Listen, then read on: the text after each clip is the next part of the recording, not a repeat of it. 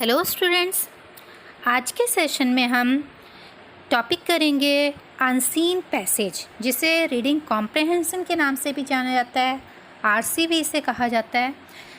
आप जानते हो कि ये ऐसा टॉपिक है जो बहुत इम्पॉर्टेंट है, जो कि 4th 5th क्लास से स्टार्ट हो जाता है और बड़े से बड़े और कम्पिटिटिव एग्ज़ाम में पूछा जाता है।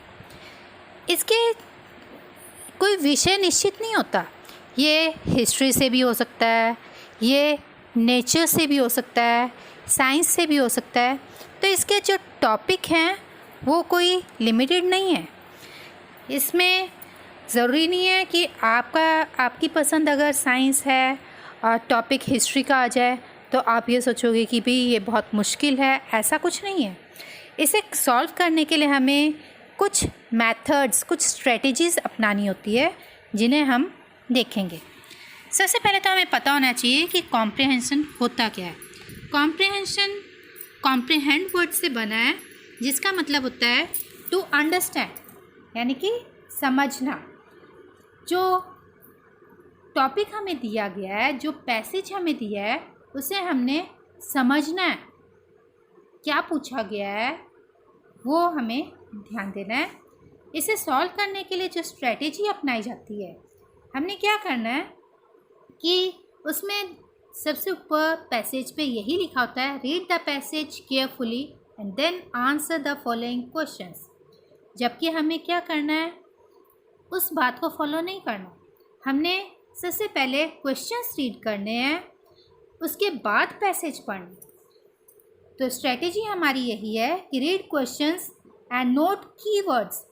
जो क्वेश्चंस हमने पढ़ने हैं और हर क्वेश्चन में हमने कीवर्ड्स नोट कर लेने हैं कि कौन कौन से इनमें कीवर्ड्स आए हैं, और फिर इन्हीं कीवर्ड्स को हमने जब पैसेज पढ़ेंगे तो उन्हें मार्क करते चलेंगे। अब हम देखेंगे कि जब हम पैसेज सॉल्व करते हैं तो कौन से टिप्स हमने ध्यान रखते हैं। सबसे पहला है, read the questions carefully and go back to the passage to find the answers. सबसे पहले हमने क्वेश्चंस को ध्यानपूर्वक पढ़ना है और उसके बाद हमने पैसेज पढ़ना। Underline keywords in questions. जब हम क्वेश्चंस पढ़ेंगे साथ के साथ कीवर्ड्स जो हैं उन्हें अंडरलाइन कर लेंगे। फिर read paragraph of passage with concentration and mark relevant lines. उसके बाद, क्योंकि अब हमने क्वेश्चंस तो पढ़े हुए हैं, हमें पता है क्या पूछा गया है, तो हमने उन्हीं क्वेश्चंस के आधार पे जो भी रेलिवेंट लाइन्स हमें लगेंगी उन्हें मार्क कर लेना है, बड़े लाइटली या पॉइंट लगाकर। मतलब हमने उन्हें अलग से मार्क कर लेना है कि हमें दोबारा ना पढ़ना पड़े। Avoid regression, do not read the passage repeatedly. जब भी हमें पैसेज सॉल्व करना होता है तो हम उस पैसेज को हमने पूरे ध्यान से पढ़ना है। हमने उससे बार बार नहीं पढ़ना। कोशिश यही करनी है कि सिर्फ एक बार पढ़ने में ही हमारा सॉल्व हो जाए। रिग्रेशन हमारा कब होगा? अगर हमारे अंदर वोकैबुलरी की लैकनेस है, सब्जेक्ट मैटर से हम अनफेमिलियर हैं। कई बार ऐसा होता है कि आप साइंस में रुचि रखते हैं और टॉपिक आपका हिस्ट्री से रिलेटेड आ जाए, या आपका हिस्ट्री में मन लगता हो और टॉपिक साइंस का आ जाए, तो वो सब्जेक्ट मैटर से अनफेमिलियरिटी को शो करता है। और अगर हम ठीक से कंसंट्रेट करके नहीं पढ़ते तो भी हमें पैसेज दोबारा पढ़ना पड़ जाता है। तो ये सारी चीज़ें हमें अवॉइड करनी है। Follow skimming and scanning method. अब स्किमिंग और स्कैनिंग मेथड क्या होता है? स्किमिंग है टच एंड मूव फास्ट, मतलब छूते हुए निकल जाना। बड़ी स्पीड में आपने पैसेज पढ़ना है कि सरसरी नज़र से, जिसे हम कह देते हैं। स्कैनिंग हमने इस तरीके से पढ़ना है कि कई बार क्या होता है, कई क्वेश्चंस होते हैं जिनके आंसर्स पैसेज में नहीं मिलते, तो हमने उनको ध्यानपूर्वक पढ़ना है, ऑब्जर्व करना है और फिर आंसर देना है। Don't try to translate. Understand it in English as you have to answer it in English only. अगर कोई वर्ड आपको टफ लगे, जिसका मतलब ना समझ आ रहा हो, तो आप उस शब्द को मतलब ये मत सोचो कि आपको इसकी ट्रांसलेशन नहीं आती तो आप ये सॉल्व नहीं कर पाओगे, क्योंकि आपने तो उसे इंग्लिश में ही आंसर देना है, तो ज़रूरी नहीं है कि आप उसकी ट्रांसलेशन करो। Answers are generally in a logical sequence. जो क्वेश्चंस आपसे पूछे गए हैं वो एक असेंडिंग ऑर्डर में होंगे, यानी कि फर्स्ट क्वेश्चन आपको ऊपर ही मिल जाएगा, सेकंड क्वेश्चन उसके बाद मिलेगा, थर्ड उसके बाद मिलेगा, इस तरीके से वो एक सीक्वेंस में पूछे जाते हैं। Try to write the answers in your own words. Exact line वहाँ से उठा के आपने आंसर में नहीं लिखनी। कई बार ऐसा होता है कि आप एग्जैक्ट लाइन लिख देते हो और जबकि उसमें चेंजेस बहुत थोड़े से ही करने होते हैं, तो जिसकी वजह से मार्क्स आपके कट जाते हैं। तो वो अभी हम देखेंगे कि किस तरीके के वो क्वेश्चंस होते हैं और हमें किस तरीके से उन्हें सॉल्व करना होगा। Don't give answer from your previous knowledge. कई बार क्या होता है, कोई ऐसा टॉपिक आ जाता है जिसके बारे में आपको पहले से ही काफ़ी नॉलेज होती है, जैसे सपोज़ करो ओजोन लेयर के बारे में आ गया, आपको उसके बारे में अच्छी नॉलेज है, लेकिन पैसेज में जो पूछा गया है, जैसा पूछा गया है, आपने पैसेज के अकॉर्डिंग उसे आंसर करना है। To find answers to the vocabulary based questions like synonyms etc., replace the word with the meaning. If you find that it is the same in meaning, the answer is correct. अब vocab based questions जो होते हैं, जैसे synonym पूछ लिया, antonym पूछ लिया। अब synonym का मतलब होता है कि समानार्थी, मतलब उसका पर्यायवाची कह लो। तो आपने उस वर्ड को वहाँ रख के देखना है जो आप आंसर मान रहे हो कि क्या वो वहाँ पर उसका मीनिंग सेम आ रहा है। अगर ऐसा है तो आप उसी वर्ड को लिखोगे। कई बार क्या होता है कि पैसेज में वो बता देते हैं कि इस पैराग्राफ में आपको ये वर्ड मिलेगा, तो आप उस पैराग्राफ में उस वर्ड को देख सकते हो, जो भी आपको थोड़ा एज अनफेमिलियर सा वर्ड लगे वो आपका आंसर हो सकता है। To find the correct option in multiple choice questions, go through all the options, read the passage and then tick the correct option. अब क्योंकि आपके पास MCQs होते हैं, यानी कि मल्टीपल चॉइस क्वेश्चंस दिए हुए होते हैं, वहाँ पे आपको क्वेश्चन के साथ आंसर्स दे रखे हैं, आपने करेक्ट आंसर चूज़ करना है उसमें से। तो आपने ऑप्शंस ध्यान से पढ़ने हैं, तभी आप उसे आंसर कर पाओगे।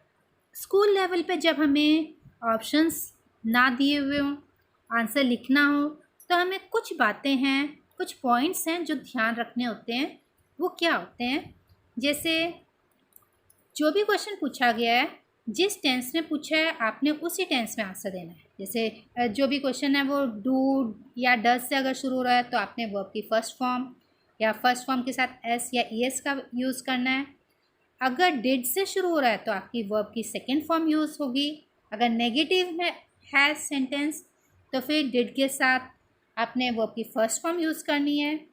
अगर क्वेश्चन तुम्हारा डू डज डिड के अलावा किसी और हेल्पिंग वर्ब से शुरू हो रहा है तो आपने आंसर देते समय सब्जेक्ट के बाद उस हेल्पिंग वर्ब को लगाना होगा। कई बार पैसेज जो है वो फर्स्ट पर्सन में दिया हुआ होता है, तो आपने फर्स्ट पर्सन को थर्ड पर्सन में चेंज कर देना है।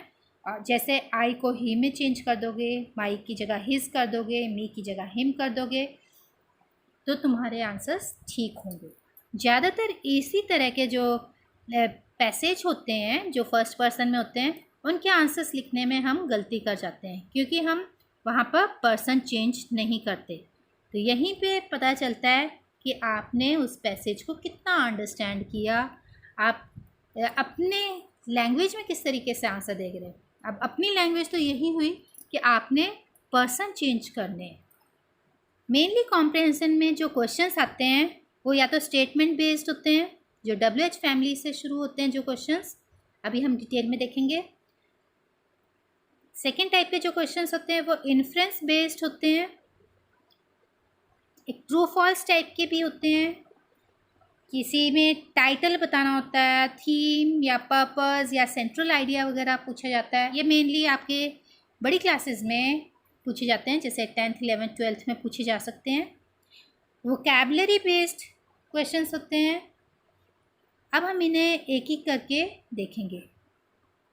जो स्टेटमेंट बेस होते हैं, जो WH फैमिली से बिलोंग करते हैं, उसमें जो क्वेश्चंस होंगे वो हमारे वर्ड, व्हाट, व्हाई, हु, हुम, व्हेन, वेयर, विच, इनसे शुरू होंगे। इनके मीनिंग यहाँ पे हिंदी में दिए हुए हैं कि आप इन्हें देख के ही पहचान सकते हो। अब जैसे मान लो हु से है तो वहाँ पे आपने किसी का नाम लिखना है, बाकी एज इट इज़ लिखा जाएगा जो तुम्हारे क्वेश्चन में आया हुआ है। वेयर में आप स्थान दोगे, तो इस तरीके से आपको पता होना चाहिए कि हमने क्या लिखना है उसका आंसर। जो इन्फ्रेंस बेस्ड होते हैं वो एक तरह से क्वेश्चंस ओपन टाइप के हैं। इसमें आपने अपने आंसर्स देने होंगे। यहाँ पे ऑथर की थिंकिंग देखनी है कि ऑथर क्या कहना चाहता है। यहाँ पे फैक्ट्स, कॉन्सेप्ट्स और रीजनिंग को मिला के आंसर दिए जाते हैं।